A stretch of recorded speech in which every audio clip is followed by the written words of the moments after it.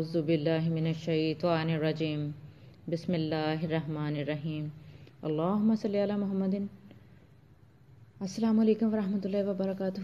نبی اکرم صلی اللہ علیہ وآلہ وسلم کی ایک بہت ہی سبق آموز حدیث مبارکہ بیان کرتی ہوں۔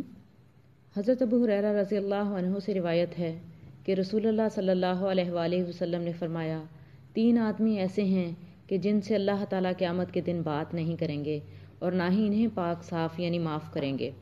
اور ابو معاویہ فرماتے ہیں، اور نہ ان کی طرف رحمت کی نظر سے دیکھیں گے اور ان کے لیے دردناک عذاب ہے۔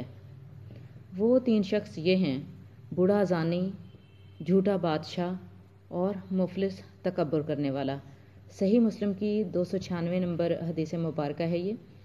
اللہ رب العزت سے دلی دعا ہے کہ اللہ تعالیٰ ہمیں تقوی والی زندگی نصیب فرمائے اور اللہ رب العزت ہم سے نیکی کے وہ کام لے جو اسے پسند ہیں، اور اللہ رب العزت ہمیں اپنی رضا میں راضی رکھے اور نبی اکرم صلی اللہ علیہ وآلہ وسلم کی پیروی کرنے والا بنائے۔ اللہ تعالیٰ ہم سب کو دین دنیا اور آخرت کی کامیابی عطا فرمائے۔ اپنی دعاؤں میں مجھے یاد رکھیے گا۔ اجازت چاہوں گی۔ السلام علیکم ورحمۃ اللہ وبرکاتہ۔